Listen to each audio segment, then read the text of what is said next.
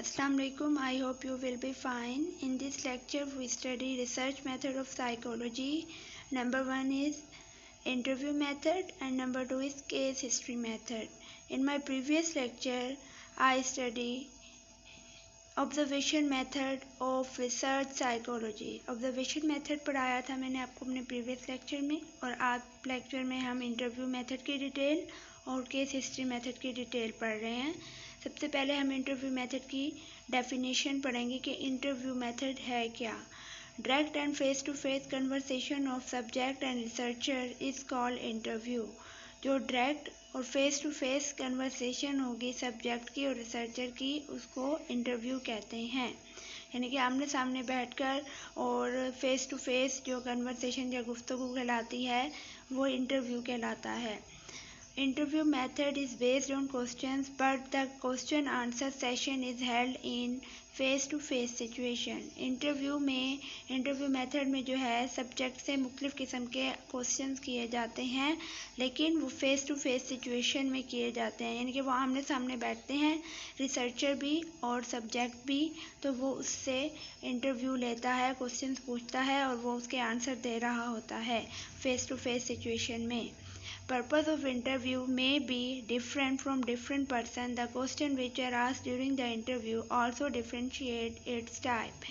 वो कह रहे हैं जो पर्पज़ है, मकसद है इंटरव्यू का, वो मुख्तलिफ लोगों के लिए मुख्तलिफ होता है, और मुख्तलिफ इंटरव्यू में जो उसके क्वेश्चन आंसर्स किए जाते हैं वो भी चेंज होते हैं अकॉर्डिंग टू देयर सिचुएशन।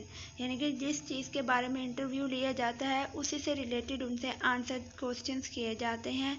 तो इस तरह से हर इंटरव्यू के आंसर क्वेश्चन दूसरे इंटरव्यू से चेंज होंगे और उसकी टॉपिक से रिलेटेड होंगे, जिस टॉपिक पे रिसर्चर रिसर्च कर रहा होगा। नेक्स्ट जो इसके अंदर एक टूल होता है इंटरव्यू मेथड में, उसे रेपो कहते हैं। रेपो बिल्ड करना बहुत ज़रूरी होता है किसी भी रिसर्चर के लिए अपने सब्जेक्ट के साथ, क्योंकि इससे ही उनकी म्यूचुअल कम्युनिकेशन होगी और उसका जो इंटरव्यू है वो इफ़ेक्टिव होगा और उसके लिए बेनिफिशियल होगा रिसर्चर के लिए। जब तक उसके साथ अपने सब्जेक्ट के साथ वो रेपो बिल्ड नहीं कर लेता, उसके इंटरव्यू जो है इतना अच्छा नहीं होगा और उसको सही से आंसर के जवाब नहीं मिलेंगे। तो किसी भी इंटरव्यू को बेनिफिशियल बनाने के लिए रिसर्चर को अपने सब्जेक्ट के साथ रेपो बिल्ड करनी पड़ती है। It is an essential part in interview method. Actually, repo is an excellent interview tool. Repo is a state which exists between interviewer and respondent. वो कह रहे हैं जो रेपो है एक अहम पार्ट है इंटरव्यू के लिए और ये एक एक्सीलेंट टूल है। यानी कि किसी भी रिसर्च को अच्छा बनाने के लिए इंटरव्यू का जो टूल है सबसे बेस्ट टूल है, और ये एक ऐसी स्टेट है जिसमें जो है जो किसके दरमियान मौजूद होती है, इंटरव्यूअर के और रिस्पोंडेंट के दरमियान होती है। Interview can be repo can be promoted through mutual attention, positivity, ongoing eye contact, matching breathing rhymes and mirroring body posture. Repo जो है किस तरह से बिल्ड हो सकती है, इन तमाम चीज़ों को फोकस करते हुए किसी भी सब्जेक्ट के साथ अच्छी रेपो बिल्ड की जा सकती है। When the respondent has accepted the research goal to the interviewer, then good rapport develop. जब हम रिस्पोंडेंट को बता देते हैं कि हमारी रिसर्च क्या है, उसका टॉपिक क्या है और वो किस मकसद के लिए की जा रही है, उसको तमाम रिसर्च के गोल्स बता दिए जाते हैं, तो फिर जो है रिस्पोंडेंट और रिसर्चर के साथ जो है अच्छी रेपो बिल्ड हो जाती है और वो उसके लिए बहुत ज़्यादा मददगार होती है रिसर्चर के लिए, क्योंकि वो उससे यूज़फुल इंफॉर्मेशन जो है हासिल कर सकता है जिस बारे में वो इंफॉर्मेशन हासिल करना चाहता है। This level of honesty, trust and mutual communication is essential for an effective therapeutic relationship. जो है इस तरह के जो जब उनमें रेपो बिल्ड हो जाएगी तो होनेस्टी उसके अंदर आ जाएगी, ट्रस्ट आना शुरू हो जाएगा, रिस्पोंडेंट को रिसर्चर के ऊपर कि वो मेरी जो इन्फॉर्मेशन है किसी और को नहीं बताएगा, या जो मैं इन्फॉर्मेशन उसको दे रहा हूँ वो मेरी सेव रहेगी, और कम्युनिकेशन जो है उनके अंदर होना शुरू हो जाती है। और इस तरह से जो है एक उनके अंदर थेरेप्यूटिक रिलेशनशिप पैदा हो जाता है, जो किसी भी रिसर्चर की रिसर्च के लिए बहुत इम्पोर्टेंट होता है, क्योंकि उसको सही सही डाटा वो देना शुरू कर देता है अपनी ज़ात से रिलेटेड। नेक्स्ट जो है पर्पस ऑफ इंटरव्यू है। इसमें भाई इंटरव्यू के क्या मकासद हैं, इंटरव्यू कहाँ कहाँ यूज़ हो रहा है, तो इससे ये डिटेल पढ़ेंगे। Purpose of interview can be therapeutic, investigative और सब्जेक्टिव असेसमेंट। थेरेप्यूटिक इंटरव्यू पहले पढ़ेंगे, फिर इन्वेस्टिगेटिव और असेसमेंट कि ये किधर किधर यूज़ हो रहे हैं, किस लिए यूज़ हो रहा है, इसका पर्पस क्या है। Therapeutic interview. This type of interview is used in clinical psychology. Therapeutic interview is applied in case history method. Clinical psychologists want to diagnose the patient before applying any therapy. This therapeutic session is not limited to a single session. It may take many sessions. इसमें वो कह रहे हैं कि ये जो therapeutic interview है वो कहाँ यूज़ होता है, क्लिनिकल साइकोलॉजी में यूज़ होता है, और ये केस हिस्ट्री मेथड होता है, यानी कि ये लॉन्ग मेथड है, उसमें भी ये जो है इंटरव्यू जो है वो यूज़ किया जाता है। जो नेक्स्ट हम पढ़ेंगे उसके अंदर भी इंटरव्यू मेथड जो है इंक्लूडेड होता है। और क्लिनिकल साइकोलॉजिस्ट जो हैं अपने पेशेंट पर कोई भी थेरेपी अप्लाई करने से पहले उनसे इंटरव्यू लेते हैं, उसके ज़रिए वो डायग्नोस करते हैं कि पेशेंट को कौन सा मसला है और कौन से उसको जो है प्रॉब्लम है, उसको डायग्नोस करने की वो कोशिश करते हैं। और उसके अलावा ये जो सेशन होता है वो लिमिटेड नहीं होता, यानी कि एक सेशन पर मुश्तमिल नहीं होता, ये प्रोलॉन्ग हो सकता है, बहुत ज़्यादा इसमें सेशन लिए जाते हैं। उसके बाद जो साइकोलॉजिस्ट है या क्लिनिकल साइकोलॉजिस्ट है वो कंसीडर करता है कि उसके पेशेंट को क्या प्रॉब्लम है और किस वजह से ये प्रॉब्लम उसके अंदर पैदा हुई है। नेक्स्ट जो है इन्वेस्टिगेटिव इंटरव्यू है। When answer question session held to investigate some matter, it is called investigative interview. जब कोई क्वेश्चन आंसर का सेशन हल किया जा रहा है, यानी कि इन्वेस्टिगेशन के लिए, जैसे पुलिस करती है, आर्मी करती है, क्राइम जो करते हैं लोग उनसे इन्वेस्टिगेशन करना, या कोई क्राइम हो जाता है तो जिन लोगों से इन्वेस्टिगेट करना, तो जब क्वेश्चन आंसर हल किया जाता है किसी भी मसले को हल करने के लिए तो उसे इन्वेस्टिगेटिव इंटरव्यू कहते हैं। और ये ज़्यादातर कौन करती हैं, इन्वेस्टिगेटिव इंटरव्यू कौन यूज़ करता है, higher officials and inquiry committees adopt this method.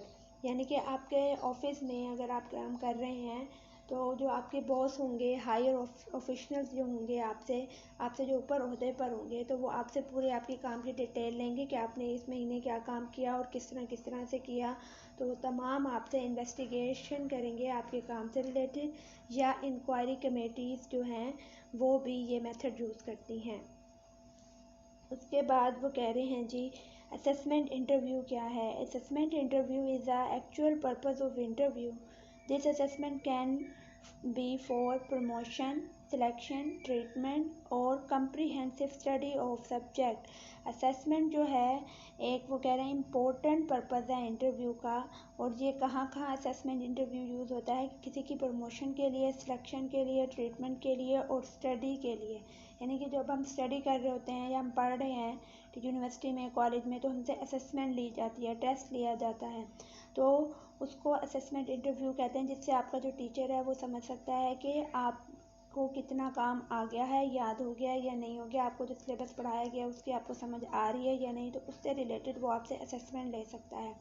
और उसके अलावा गवर्नमेंट जो अदारे हैं जहाँ पे लोग काम करते हैं, तो वो अपनी प्रमोशन के लिए भी मुख्तलिफ असेसमेंट टेस्ट देते हैं, डिपार्टमेंटल टेस्ट उनसे लिए जाते हैं ताकि वो अपनी प्रमोशन करवा सकें। तो प्रमोशन के लिए भी असेसमेंट इंटरव्यू लिया जाता है, किसी की सिलेक्शन करनी है जॉब में तो भी असेसमेंट इंटरव्यू लिया जाता है।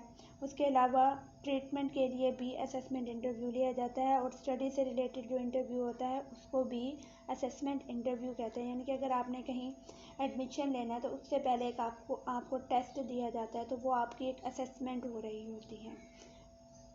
नेक्स्ट जो है आपके पास इसकी टाइप्स आ जाएंगी इंटरव्यू मेथड की। तो 3 टाइप्स हैं, structured interview, semi structured interview, unstructured interview. अब इनकी डिटेल पढ़ेंगे। सबसे पहले स्ट्रक्चर्ड इंटरव्यू क्या है। Structured interview is also known as plan interview, formal interview, pattern interview, standardize interview.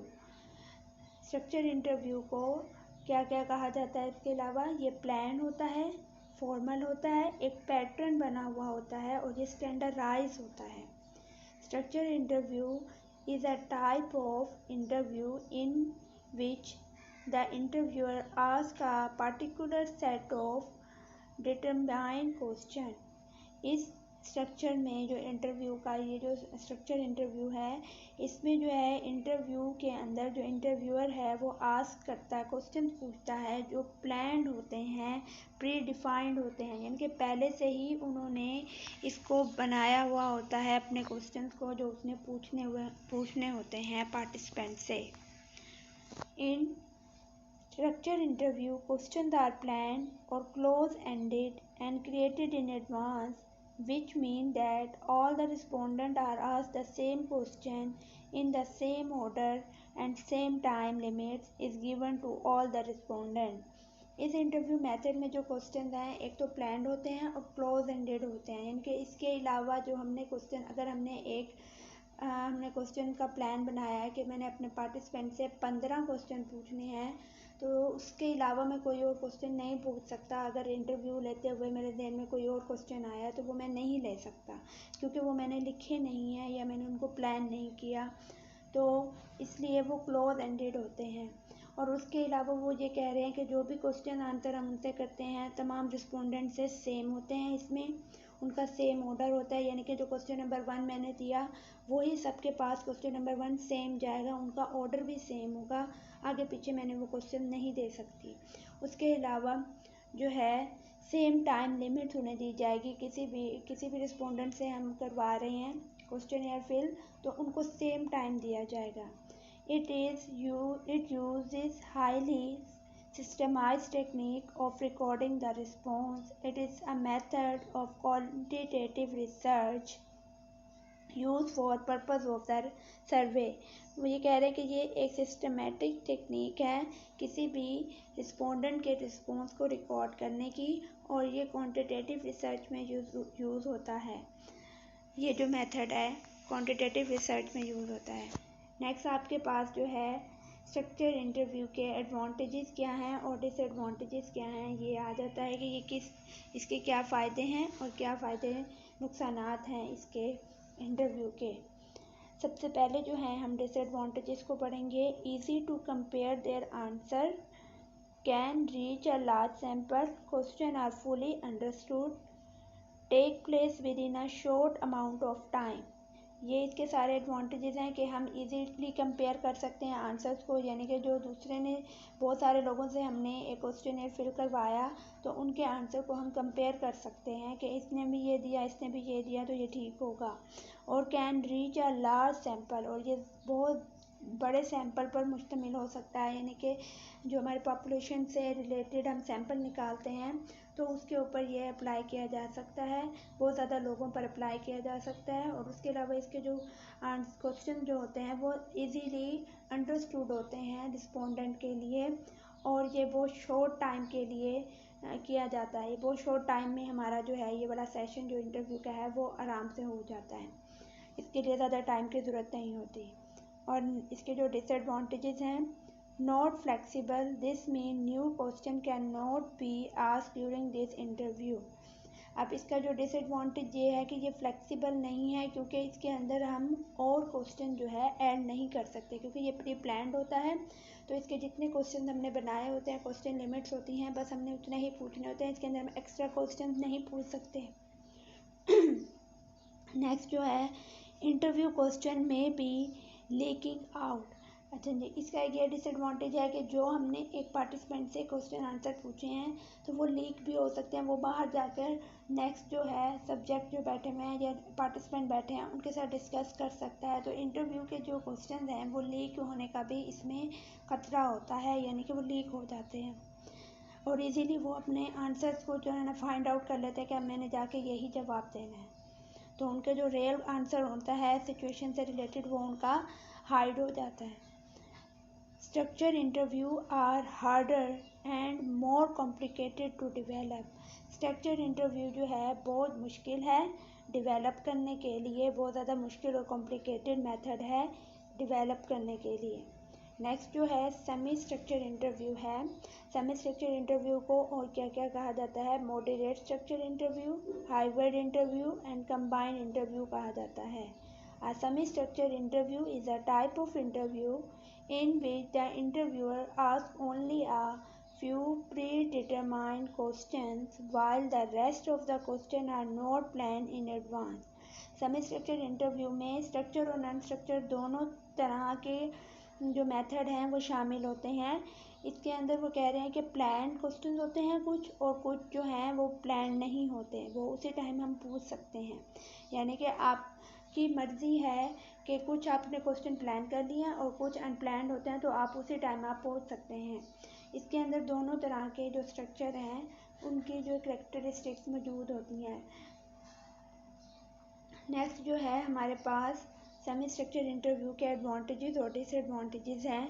Provide much more detail information, इसमें हम ज़्यादा इन्फॉर्मेशन हासिल कर सकते हैं, क्योंकि स्ट्रक्चर इंटरव्यू में जितने हमने क्वेश्चन लिखे उससे रिलेटेड हमें इन्फॉर्मेशन मिलेगी, ज़्यादा डिटेल में इन्फॉर्मेशन नहीं मिलेगी। इसके अंदर क्या है कि प्लान क्वेश्चन भी हम पूछते हैं और अनप्लान क्वेश्चन भी हम पूछते हैं अपनी सिचुएशन से रिलेटेड, तो इस तरह हमें जो है इन्फॉर्मेशन जो है डिटेल में मिल जाती है। किसी भी रिस्पोंडेंट से जो भी हमने इन्फॉर्मेशन लेनी है वो हमें डिटेल में मिल जाती है। Needed data is collected, provide more relaxed atmosphere to collect data. ये बहुत ज़्यादा रिलैक्स एटमॉस्फेयर इनको पार्टिसिपेंट्स को मिलता है इस मेथड में, और बहुत ज़्यादा हम जो है उनसे डाटा कलेक्ट कर सकते हैं, जो हमें ज़रूरत होती है उससे रिलेटेड हम उनसे डाटा इजीली हासिल कर सकते हैं इस मेथड में। जो इसके डिसएडवांटेजेस हैं, the purpose is highly time consuming, इसमें बहुत ज़्यादा टाइम लगता है क्योंकि इसमें हम प्लान और अनप्लान दोनों तरह के क्वेश्चन पूछ रहे होते हैं, ज़्यादा इन्फॉर्मेशन हासिल करनी होती है, तो ये जो है टाइम कंज्यूमिंग मेथड होगा। और see to be an reliable need preparation, it is very expensive, इसके लिए हमें एक प्रिपरेशन की फुल प्रिपरेशन की ज़रूरत होती है कि हमने फ़ौरन से ये क्वेश्चन करना है, फ़ौरन से हमने ये बात करनी है, उससे रिलेटेड हमने ये इन्फॉर्मेशन लेनी है, तो हमें इसके लिए बहुत ज़्यादा प्रिपेयर होना पड़ता है। इस इंटरव्यू मेथड के लिए जो इंटरव्यू ले रहा होता है उसको प्रिपेयर होना पड़ता है। उसके अलावा ये बहुत ज़्यादा एक्सपेंसिव मेथड है, टाइम कंज्यूमिंग भी है और एक्सपेंसिव मेथड भी है। इसके डिसएडवांटेजेस। नेक्स्ट जो हमारे पास आ रहा है इंटरव्यू का मेथड, वो स्ट्रक्चर इंटरव्यू है। स्ट्रक्चर इंटरव्यू को क्या क्या और कहा जाता है, ये इनफॉर्मल होता है, ये कैजुअल होता है, फ्री फ्लोटिंग है और गाइडेड इंटरव्यू भी इसे कहा जाता है। Structure interview is a type of interview in which the interviewer ask question which are not prepared in advance. ये ऐसे क्वेश्चन होते हैं जो प्रिपेयर नहीं होते पहले से। इसके अंदर जितने भी क्वेश्चन पूछे जाते हैं अनस्ट्रक्चर्ड इंटरव्यू में वो पहले से प्लान नहीं होते। In unstructured interview question to be asked are not properly formed. In this technique, subject is asked formally about his attitude, liking, preference, prejudice, sentiment, feeling, trust and hobbies। इसके अंदर जो है पार्टिसिपेंट से informal questions किए जाते हैं, उसके attitude से, उसके जो उसको पसंद है उससे रिलेटेड, उसके जज्बात, फीलिंग, इंटरेस्ट, हॉबी से रिलेटेड, ठीक है। अनइनफॉर्मल क्वेश्चन उससे पार्टिसिपेंट से किए जाते हैं, प्लान कोई भी नहीं होता और कोई भी एक फॉर्म में प्लान किए हुए प्रॉपरली परफॉर्म नहीं होते ये आंसर क्वेश्चंस जो भी इस इंटरव्यू में किए जाते हैं, अनप्लान होते हैं।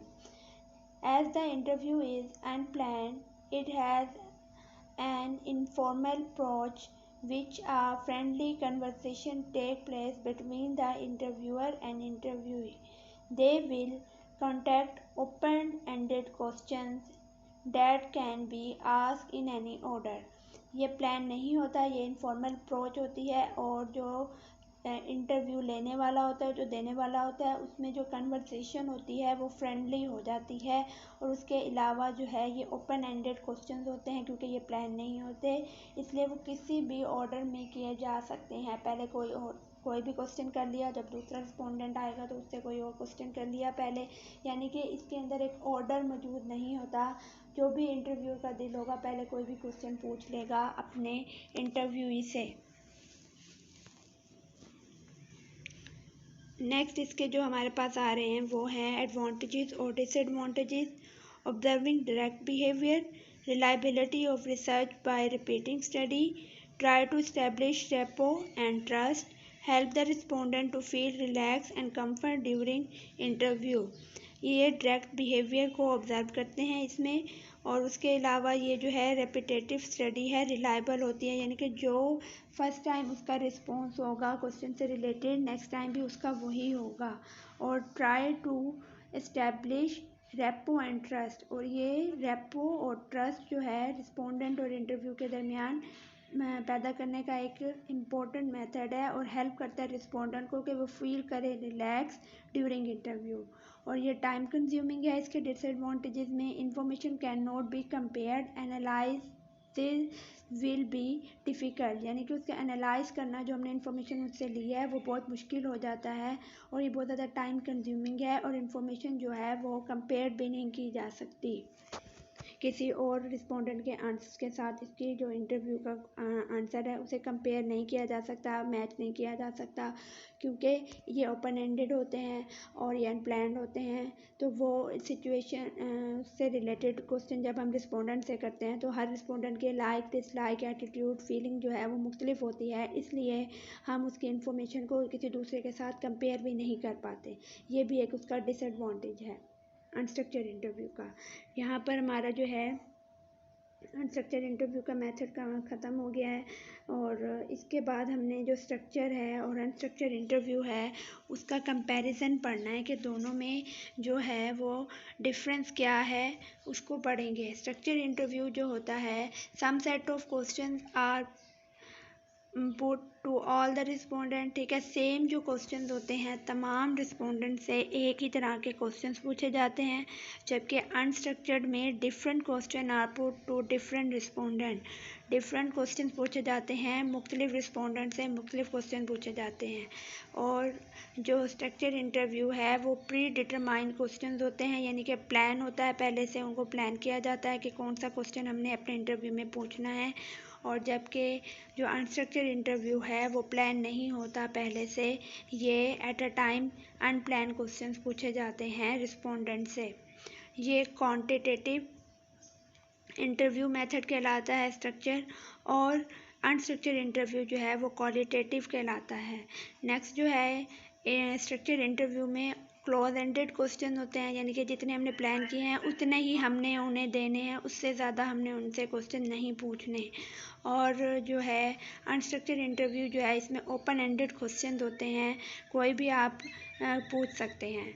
और ये जो स्ट्रक्चर्ड इंटरव्यू है वो फॉर्मल होता है, और अनस्ट्रक्चर्ड जो है वो इनफॉर्मल होता है इंटरव्यू। नेक्स्ट जो हमारे पास टॉपिक आ रहा है रिसर्च मेथड से रिलेटेड, वो केस हिस्ट्री मेथड है। केस हिस्ट्री मेथड क्या है? Case history method is also known as clinical method. A scientific biography of a selected individual is called a case study. ठीक है, केस हिस्ट्री मेथड जो है इसको clinical method भी कहा जाता है। ये एक ऐसा साइंटिफिक मेथड है जिसमें जो हम इंडिविजुअल को सिलेक्ट करते हैं उसकी बायोग्राफी ली जाती है, यानी उसकी ज़ात से रिलेटेड जितनी भी इंफॉर्मेशन होती है उसके बचपन से लेकर जब वो हमारे पास या इंटरव्यू के बाद या रिसर्चर के पास आता है उसकी डिटेल इन्फॉर्मेशन लेने के मेथड को केस हिस्ट्री मेथड कहते हैं। केस हिस्ट्री मेथड जो है ये इन डेप्थ होता है, इंटेंसिव है इन्वेस्टिगेशन ऑफ एन इंडिविजुअल। किसी भी इंडिविजुअल की इन डेप्थ इन्वेस्टिगेशन के मेथड को केस हिस्ट्री मेथड कहते हैं। It is a way to capture the richness and uniqueness of an individual personality. ये इंसान की जो भी रिचनेस है या यूनिकनेस मौजूद होती है उसको कैप्चर करता है, उसकी शख्सियत के अंदर जो यूनिकनेस है यानी कि वो किससे कितना मुख्तलिफ है, उसमें क्या क्या चीज़ें यूनिक हैं, उसको ये कैप्चर करता है, उसको फाइंड आउट करता है। The data come from many sources, including individual own recollection, the researcher observation, interview with others who know the person, and any available information from psychological test. इसमें जो है इंटरव्यूअर जो है अपने रिस्पोंडेंट से data किस तरह से कलेक्ट करता है, पहले उससे सवाल जवाब करके, उससे क्या कहते हैं बातचीत करके, उससे रिलेटेड तमाम इंफॉर्मेशन वो हासिल कर लेता है। उसके बाद वो उसको ऑब्ज़र्व करता है। नंबर 2 पर वो क्या करता है कि वो उन लोगों से लेता है इंफॉर्मेशन जो उसके साथ रहते हैं या फैमिली से, फ्रेंड से, जो उसको जानते हैं, जिनके साथ उसका क्लोज रिलेशन होता है, उनसे जाकर वो इंटरव्यू लेता है। और उसके अलावा साइकोलॉजिकल टेस्ट से भी वो इंफॉर्मेशन उनसे ले सकता है। Case study are useful when the phenomena is new, complex and relatively rare. ये जो है तब वो कह रहे हैं यूज़फुल होगा जब हमारा जो फिनोमिना है वो न्यू होगा, कॉम्प्लेक्स होगा और रेयर होगा, यानी कि किसी ने पहले इस तरह का फिनोमिना यूज़ नहीं किया होगा, कॉम्प्लेक्स होगा वो। उसके बाद इसके अंदर जो एक मेथड यूज़ होता है रिट्रोसेप्टिव कहते हैं। रिट्रोसेप्टिव का मतलब होता है साबका, यानी कि पहले की इंफॉर्मेशन लेना। It is a study of one person relate to event in the individual past. ठीक है, इंडिविजुअल के पास से जो भी इंफॉर्मेशन ली जाती है उसको केस स्टडी मेथड कहा जाता है। As well as to investigate event which are currently occur in his or her everyday life such as family life, school, work history, personal relationship and so on. इसमें जो भी information ली जाती है उसके current information होती है और उसके अलावा उसके पास से रिलेटेड इंफॉर्मेशन होती है। वो कहाँ से ली जाती है, उसकी फैमिली से ली जाती है, उसके स्कूल से ली जाती है, अगर वो कहीं जॉब कर रहा है तो उसके वर्क से प्लेस से ली जाती है, उसके पर्सनल रिलेशन से ली जाती है और सो ऑन। मुख्तलिफ मेथड से मुख्तलिफ लोगों से उसकी इंफॉर्मेशन ली जाती है। This information is use in diagnosis and treatment. ये जो इंफॉर्मेशन होती है वो डायग्नोस और ट्रीटमेंट करने के लिए बहुत ज़रूरी होती है। और psychologist, social worker and physician जो है वो तमाम इंफॉर्मेशन हासिल कर लेते हैं और वो यूज़ करते हैं, इंसान की ट्रबल को या मुश्किल को हल करने की कोशिश करते हैं। Case history method as usually involve an intense और detail examination for wide range of issue.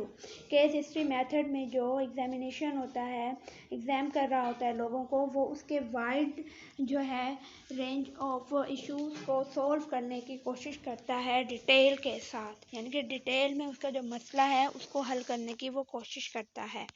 Next जो आपके पास इसके एडवांटेजेस और डिसएडवांटेजेस आ रहे हैं केस हिस्ट्री मेथड के, और वो हैं जी एडवांटेजेस में जो है case history method provide detail information, यानी कि ये इसमें डिटेल इन्फॉर्मेशन ली जाती है किसी भी इंसान की पास्ट से रिलेटेड करंट इन्फॉर्मेशन और पास्ट इन्फॉर्मेशन उसकी ली जाती है। Provide insight for further researcher and permitting investigation of otherwise impractical situation. Unethical और इम्प्रैक्टिकल सिचुएशन से ये रिलेटेड इन्वेस्टिगेशन ली जाती है। Case studies are often used in exploratory research. They can help us generate new ideas. ये new ideas बनाने के लिए भी न्यू आइडियाज़ हासिल करते हैं इसके अंदर, क्योंकि जो रिसर्चर जो है रिस्पोंडेंट से जब इंफॉर्मेशन लेता है तो हर रिस्पोंडेंट के न्यू आइडियाज़ होते हैं, फीलिंग होती है, सिचुएशन होती है उनकी लाइफ में, तो रिसर्चर को न्यू आइडियाज़ भी इस मेथड के थ्रू मिलते हैं। और नेक्स्ट जो है इसके अंदर डिसएडवांटेजेस जो हैं, रिसर्चर ऑन सब्जेक्टिव फीलिंग में इन्फ्लुएंस द केस स्टडी। तो रिसर्चर बायसनेस इसमें आ सकती है स्टडी में, क्योंकि रिसर्चर जो है अगर रिस्पोंडेंट और रिसर्चर की कुछ सिचुएशंस ऐसी होंगी जो सिमिलर होंगी तो वो उसके अंदर बायसनेस आना शुरू हो जाएगी, वो उसके साथ बहुत ज़्यादा हमदर्दी का सलूक करने लग जाएगा या उसको अपनी जगह पे रख कर देखना शुरू कर देगा, तो वो उसके साथ जो है वो रिसर्चर की जो है बायसनेस आना शुरू हो जाएगी। Difficulty to replicate and time consuming and expensive method है। ये एक एक्सपेंसिव मेथड है, इसके अंदर बायसनेस आ जाती है, रिप्लिकेट डिफ़िकल्ट टू रिप्लिकेट है। और उसके बाद यहाँ पर हमारा जो ये चैप्टर है केस हिस्ट्री का और इंटरव्यू का जो लेक्चर है वो कंप्लीट हो गया है। ओके, अल्लाह हाफिज़।